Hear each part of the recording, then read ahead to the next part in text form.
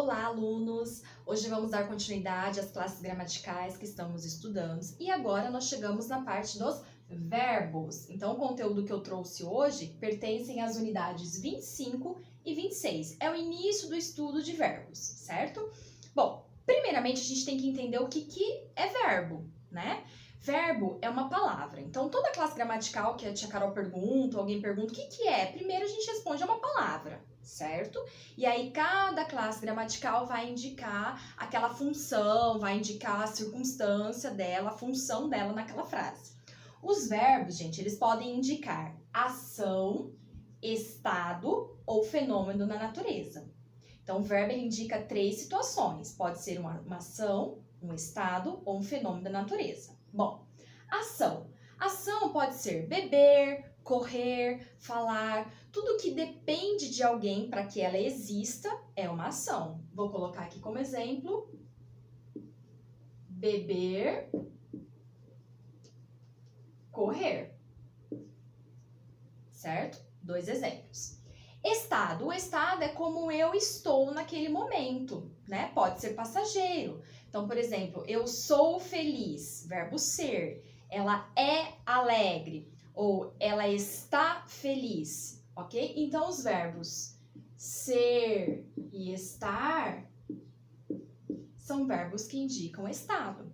E fenômeno da natureza é nevar, chover, trovejar, tudo que vem da natureza, ok? Então, chover, nevar, certo? Bom, os verbos, gente, eles podem terminar em 3 situações. Eles podem terminar em ar. Então, quando o verbo termina em ar, a gente fala que ele pertence à primeira conjugação. Os verbos podem terminar em er, quando os verbos pertencem à segunda conjugação. E eles também podem terminar em ir, aí a gente fala que eles pertencem à terceira conjugação. Então, se eu falo assim, aquele menino chegou cedo.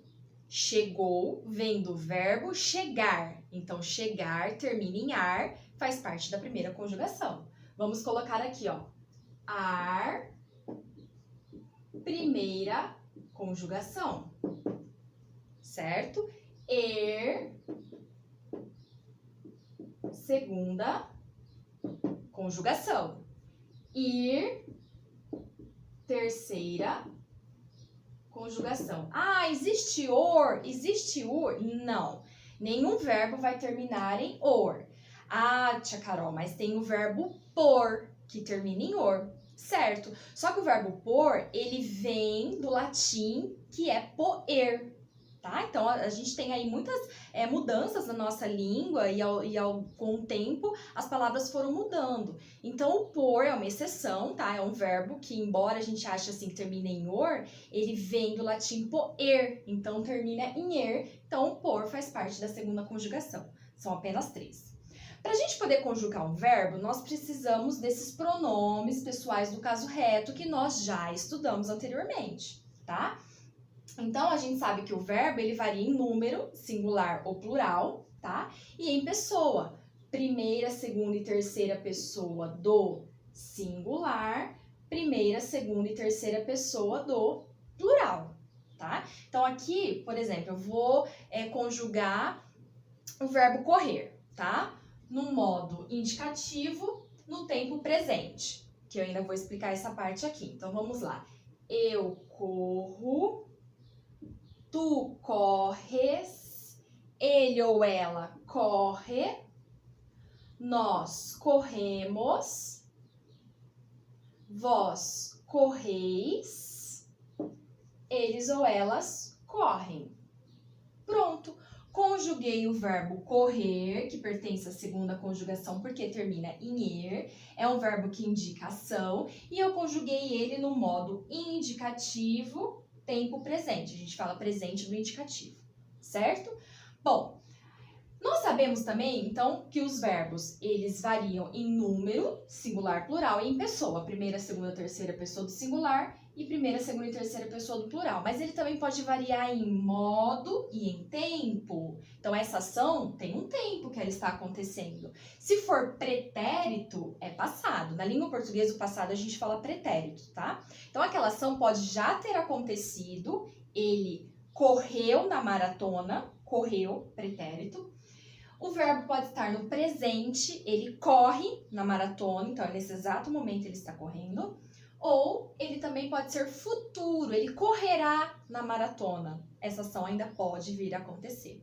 Então, os verbos têm esses 3 tempos. E os modos? O que seriam os modos? Os modos são as circunstâncias.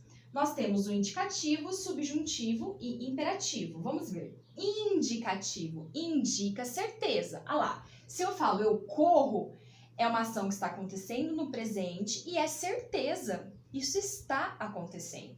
Então, é modo indicativo. Indica certeza.